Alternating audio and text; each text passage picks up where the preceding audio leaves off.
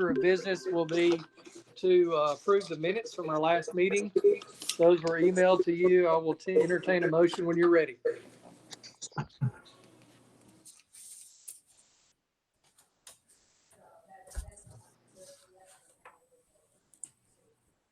Did everybody make a motion to approve the minutes of June 18?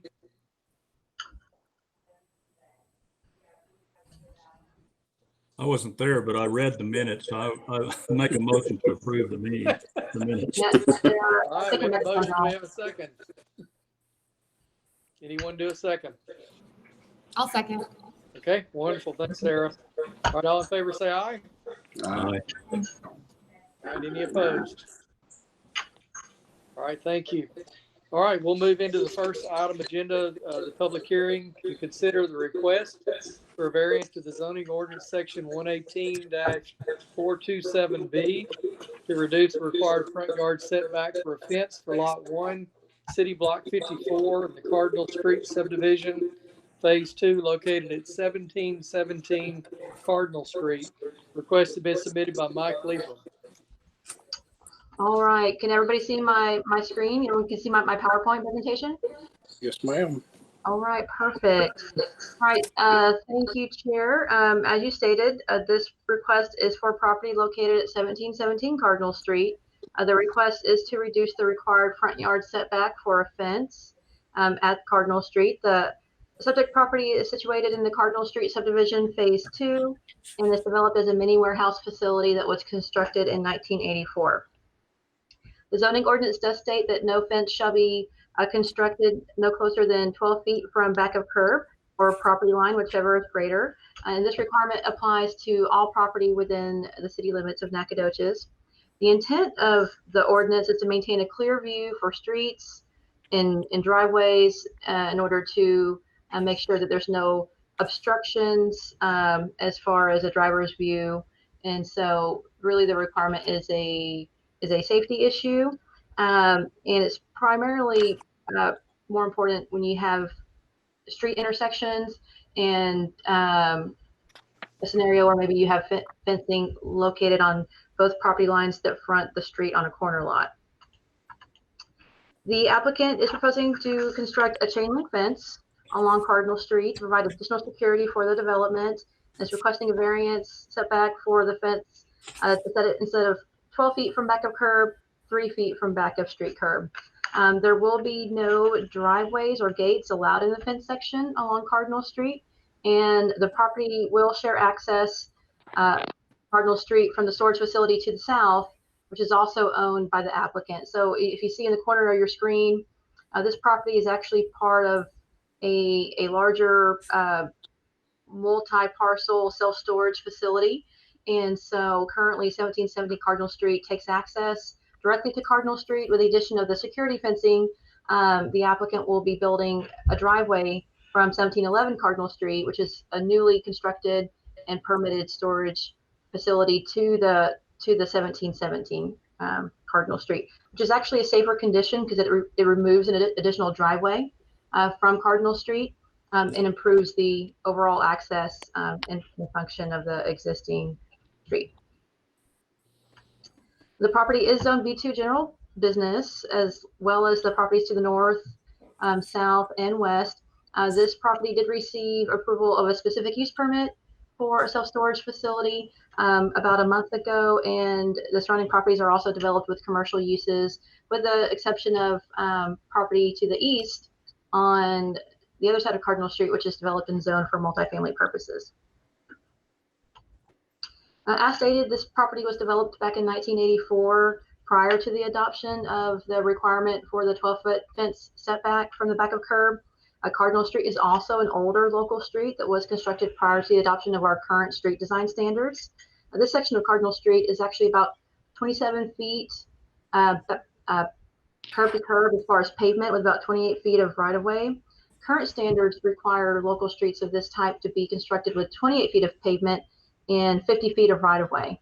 And so this is an existing non-conforming substandard street. As a reminder, when we these are some additional photos that were taken of the property. The image on the top is a image of the property from the south side, standing on 1711 Cardinal Street, looking north.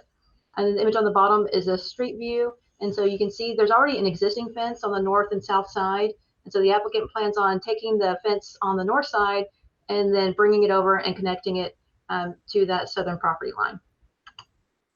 Here's just another street view to show you kind of what the property looks like as far as the buildings in relation to the street curb. Again, this is just another image showing you the proximity of the buildings to the street. And so if the property owner were required to build the fence per the setback, it would actually cut into the drive aisle that provides circulation around the property and would limit the use of the existing facility.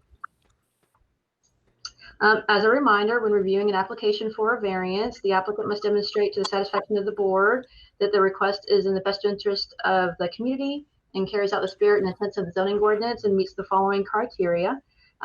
All this criteria has been outlined in your staff report, but we provided it here for reference.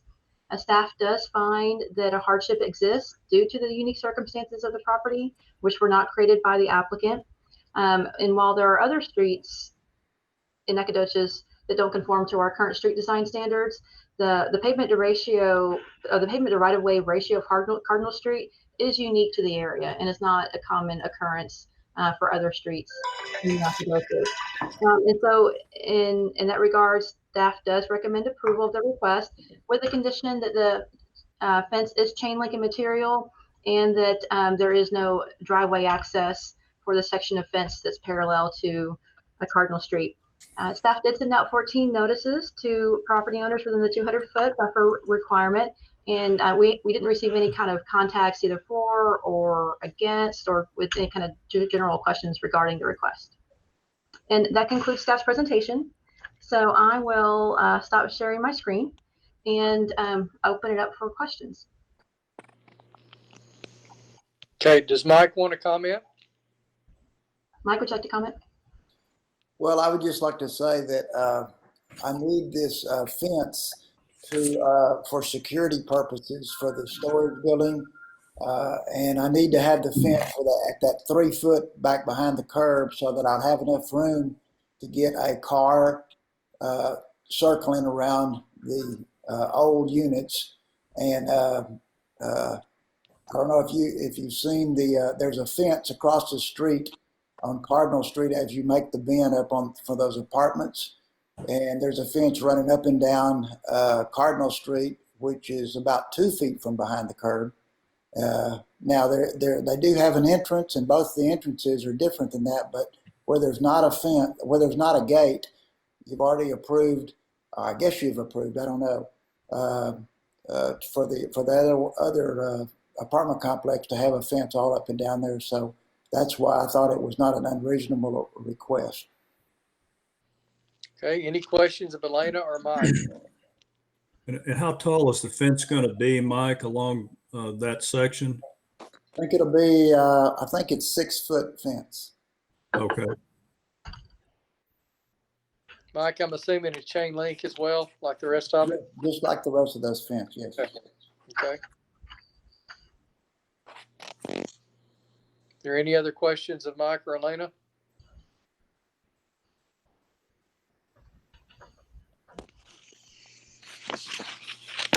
Okay, any additional information that needs to be provided? No, I will tell you that the engineering department did review the request and finds that the proposed fence shouldn't create any kind of site restrictions for traffic along Cardinal Street. It's not located at an intersection. The fence will be opaque, will not be opaque, and that this actually removes a driveway, creating a safer condition for Cardinal Street. So engineering did review the request for safety and traffic issues and finds that it actually meets all of the criteria. And while this is a public hearing, we didn't have anyone sign up to speak. But if you'd like to go ahead and open it up and close it just for procedure's sake, then we can go ahead and do that too. Okay, all right. I will open the meeting for comments for and against this motion. Okay, hearing none, we'll close that.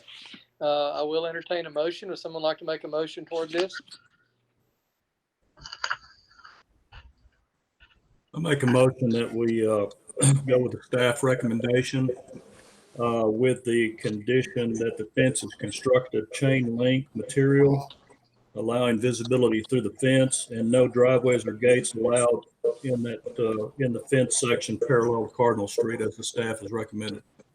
Okay, thank you, John. Do we have a second? I'll second. Okay, Sarah, thank you. All right, any discussion now on the motion? No.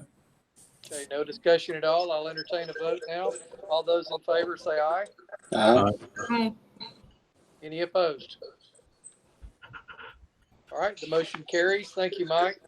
Okay.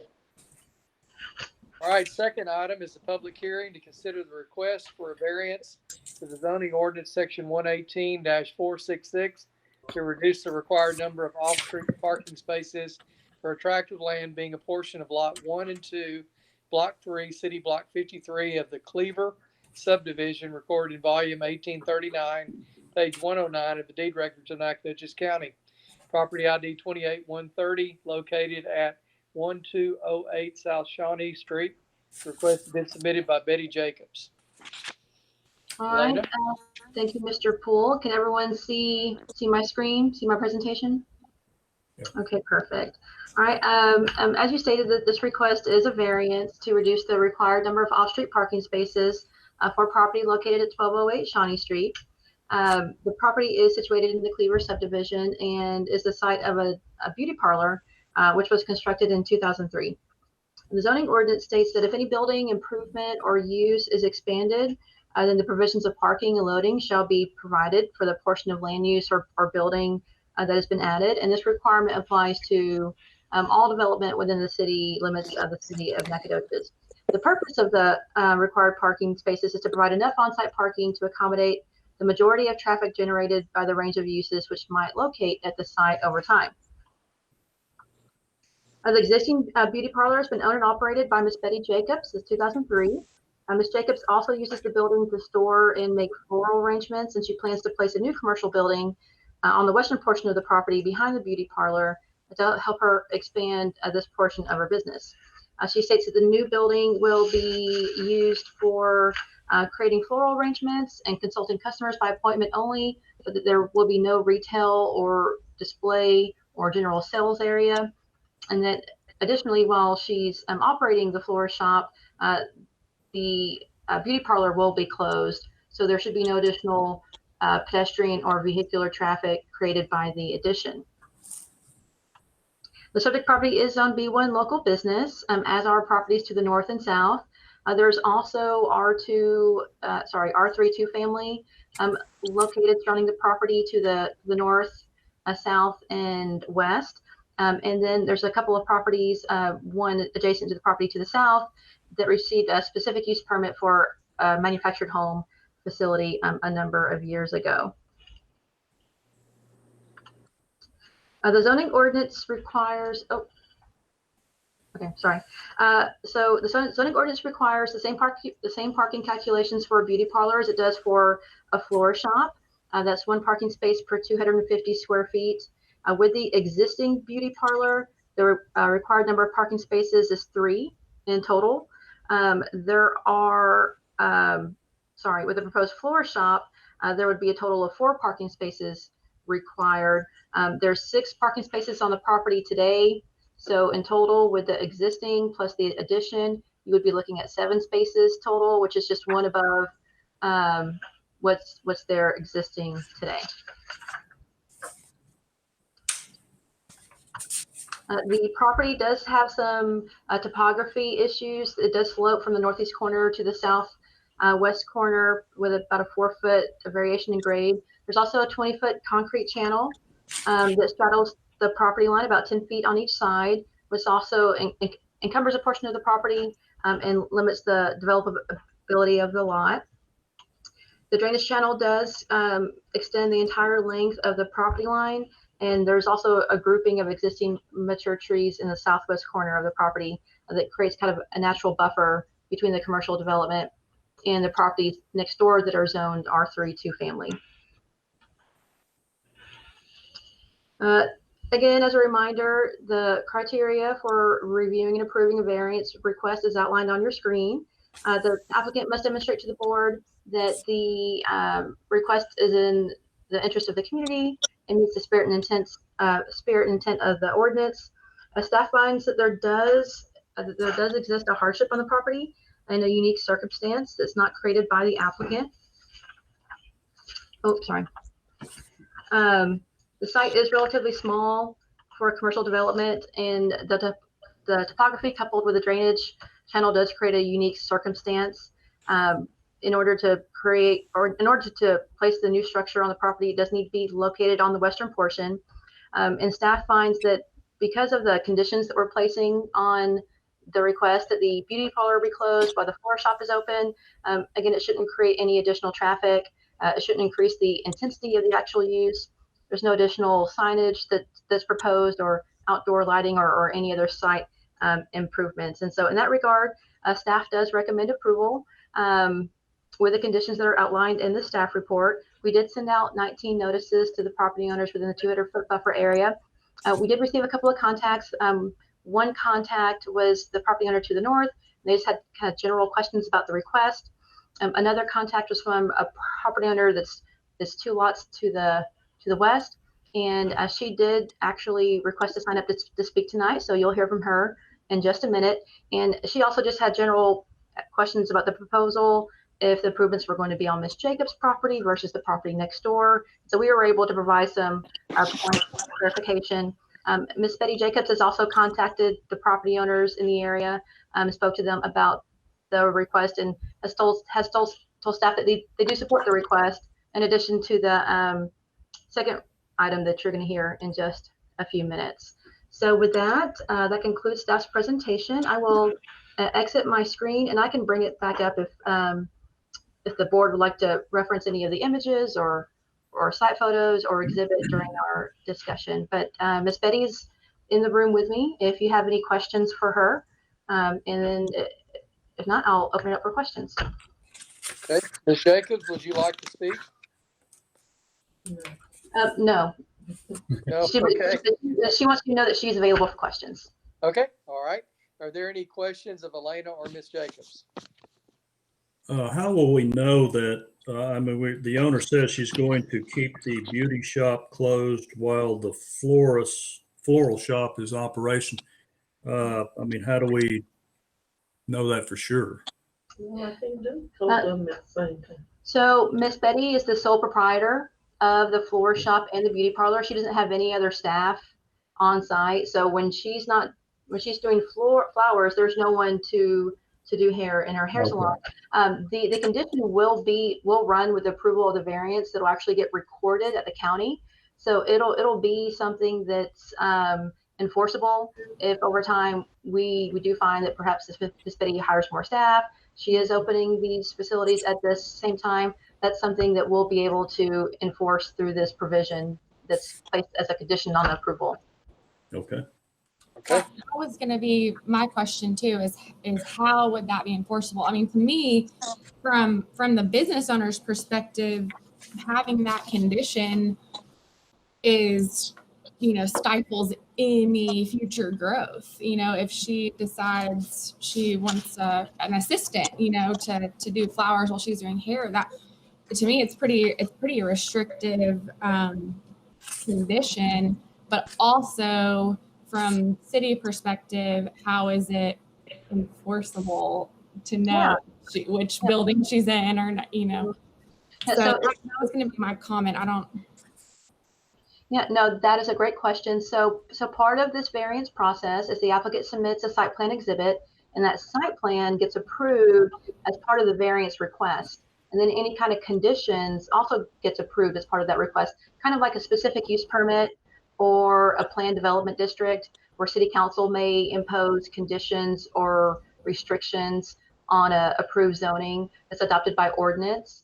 Well, this very much works in the same way, where we actually will record this approval at the county clerk's office. It is judicial in nature, and violation of those provisions is enforceable through the zoning ordinance and can be and can be fined and so forth and so on. So it's in essence, when you approve it and we record it, it is law. These conditions will be a part of the site plan, a part of the approval. And if there's any violations, then staff can enforce fines until compliance until the property is brought into compliance. Also, if Miss Betty Jacobs does find that her business becomes really successful and she does need more staff, well, then we would work with her to either provide additional parking or go back and readdress the variance with this board or some sort of alternative. Does that answer your question? So Yes. there are some tools at our disposal to make sure that these conditions are applied and enforced and continued for the property. Okay, any more questions? Okay, I'll open it up for public comment for or against the consideration. Anyone would like to speak for or against it? All right, Justin, I think we have Miss Letitia Starks signed up to speak. Yes, ma'am. I'll go ahead and call her if that's fine. Okay.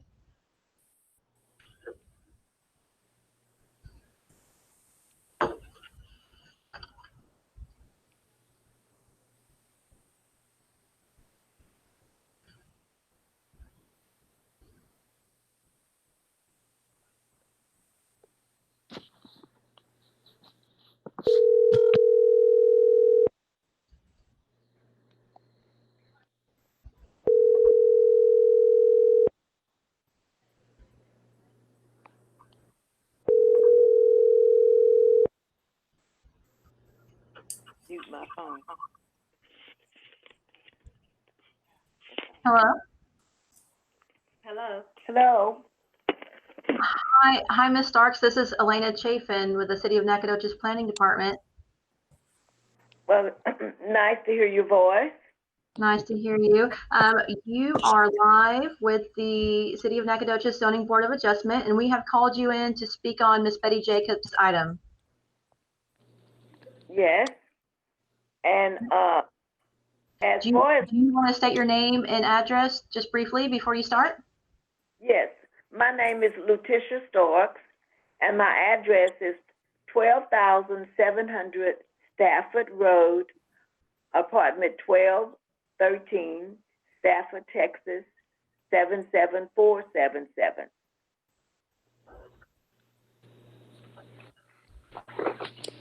All right, go ahead. And I'm calling in to participate in the hearing regarding the rezoning of the property requested by Mrs.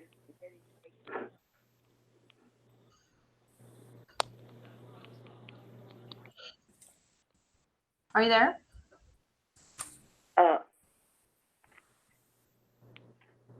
As far as I can see, with our property, it does interfere with what Mrs.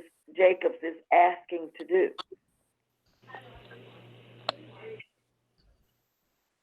Okay, so are you in favor of this? Yes, I am in favor of this. Okay. As long as it does not interfere with any property or any building or structure or fence on my lot, then everything is enclosed in her lot. That's fine. Okay, wonderful. Thank you for calling in. We appreciate your comments. You're welcome. Is there anyone else that would like to speak in favor or against this? Okay, any other questions of the board? I'll entertain a motion.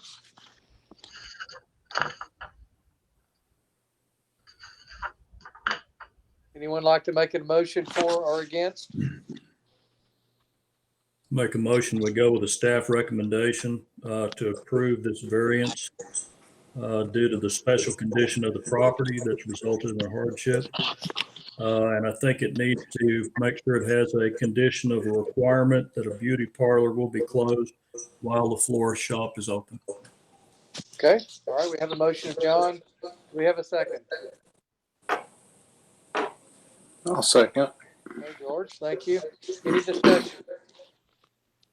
We have a motion and a second. Is there any discussion?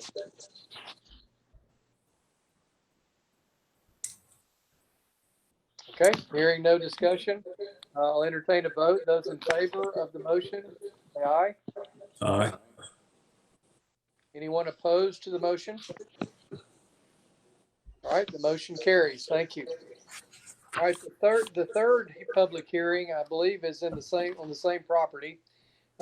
Consider the request for variance of the zoning ordinance 118-429 to reduce the screening standards for commercial sites with residential adjacency of tract of land, being a portion of lots 1-2, block 3, city block 53, Cleaver subdivision, recorded in volume 1839, page 109 of the deed records of Nacogdoches County, Texas. Property ID 28130, located at 1208 South Shawnee Street. The request is submitted by Betty Jacobs. Elena? Thank you. Yes, this is for the same property, so I won't go through the background as far as the location and zoning and so on and so forth. But this request is a variance to the required screening standards for commercial sites with residential adjacency. The zoning ordinance states that where a non-residential site immediately abuts a residentially zoned property, which includes R1, R2, and R3, that a solid screening wall shall be constructed along that residential property line in order to screen the views and any kind of windblown trash or debris that's derived from the commercial development. There's also a requirement to provide a 10-foot landscape buffer along that screening fence with some additional plantings. And this requirement is intended to protect residential properties from nuisances that can occur from commercial properties in regards to light and noise, and trash and those things that were just described. Again, the property is located on a small commercial lot. This property was developed in 2003, and the requirement for residential screening wasn't adopted until 2016. So when the property was constructed, it was constructed to meet all of the city's development standards that were required at that time. And the property owner has been operating the facility since then. The requirement is being triggered with the addition of the commercial building that Ms. Jacobs is proposing to conduct her floral business. And so in order to locate the commercial building there, Ms. Jacobs either has to provide provide the screening or seek a variance to this board. And so here's again an image of the facility. This is again an image of that news channel that we were talking about earlier. Here's an image of the northern boundary. I provided a red line here to kind of show you where that property line exists as it relates to Miss Betty's property and the adjacent property. The adjacent property, as you see it, is zone B1 local business. And it's really that backside of the property that's outlined in that blue line that was on your exhibit is where, and actually I'll go back to it. So on the site plan exhibit, there's a heavy blue line on portions of the north and southern boundaries, and then on the western boundaries. These are the portions of the property where the commercial residential screening would apply, because those are the areas that are adjacent to R3 zone properties. And you can kind of see the color difference here. The red is the commercial, and then that light brown is the R3 two family. So here's showing you kind of where that property line exists and where that commercial screening might be required. This is an image of the backyard that we saw earlier when we were talking about the drainage channel. You can see that there's there's an existing heavily vegetated buffer on the back portion of this. Is like the southwest corner of the property. And staff actually took an ordinance amendment forward a couple of months ago that was approved by City Council that allows the Planning and Zoning Commission to waive the fence requirement if there's an existing vegetated buffer that serves the same purpose, providing screening without providing a fence. But so in this regard, Ms. Betty could have gotten approval for this portion, but because she's also seeking a waiver altogether for the portion that doesn't have the buffer, it's coming to this board. So this shows you that image. This is an image of if you're looking at that southwest corner and then moving north, you can see where that buffer kind of terminates at the property. And so again, here we provided a site plan key on the lower left corner that shows the site plan exhibit, and then the red circle is where I was standing whenever I took these photos. So this should give you some context as far as standing on the property and what it looks like whenever you're looking at that back property line, where the buffer ends, and then panning around to the property that's zoned residential. And again, you see the red line that kind of depicts where that imaginary property line is. And it's actually freshly mowed, so it's really easy to determine where that property line was.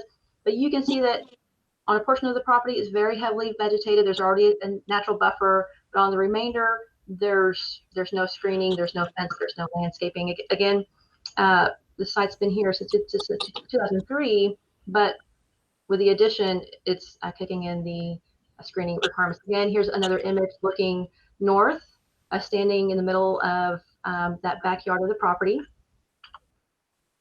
This is another image. If I were standing on the property immediately to the west, that's zoned R3, looking towards the property, this is what you see. This is the backside of the beauty parlor, and that kind of red line is where that fence would go if it were constructed. You see that metal rod sticking up out of the ground. That's the corner. That's the northwest corner of the property. And so the view looking from that property zone residential into the commercial property, this is the view and what you see. And so the proposed new structure would be right there in the middle of that backyard behind Miss Jacobs' property, or Miss Jacobs' beauty parlor. Again, this is another view from the northern side, kind of at the edge of where that screening would be required, looking south into the property. And this is just another image from the same spot, but looking towards the parking area. So again, as we stated earlier, in order to recommend approval, the board must find that the applicant has satisfied all of the criteria as outlined in the ordinance, and that the request meets the spirit and intent of the zoning ordinance. When reviewing the request, as for the other requests, we did find that there were some unique circumstances for the property. There's the drainage channel, there's some topography issues, just the idea that the property was built to standards in 2003, but is now legal non-conforming because we've adopted standards since then that have rendered it that way. And so it's the addition, this bringing up this requirement, as staff did communicate to the applicant that in order to support the request, that we would have to make sure that the property owners were also in support of the request, because the purpose is to protect those adjacent property owners from commercial activity. And so I'll let Ms. Beatty speak in just a minute, but she has reached out to those immediately abutting property owners. Staff hasn't heard from them directly, except for the property owner to the north, who did say that she was okay with the request.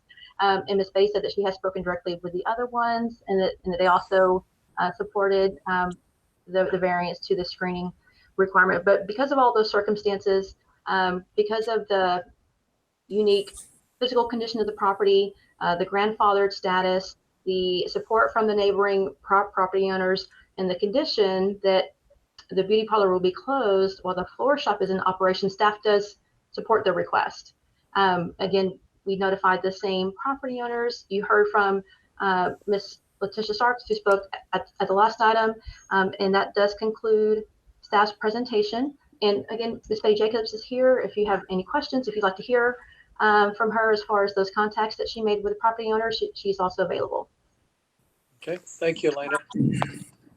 Any questions of our board or Ms. Jacobs or Elena? No. No questions? Okay. All right.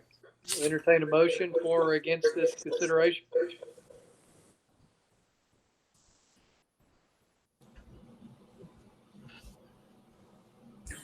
I'll make a motion to approve with the staff recommendations that no additional outdoor lighting be permitted, and that the grouping of existing mature trees along the southwestern portion be preserved. Okay, thank you, Sarah. Do we have a second? I'll second. Okay, John, thank you. Any discussion of the motion of the second? just as a sidebar, I would say it would be neighborly and nice to plant a tree buffer, I think, but Okay, maybe. be a recommendation. Okay. All right, any more discussion? All in favor of the motion? Here and aye. Any opposed? Okay, the motion carries. Thank you so much. Are there any additional items that's before this board? Elena, do you know of any? No, I think that's it. Okay, wonderful. Thank you for your time and for being a part of this board. I appreciate your efforts. It is 4:53, I believe, and we will adjourn this meeting. All right, thank you. Thank you so much. You guys have a good day. Thank you. Bye. Bye.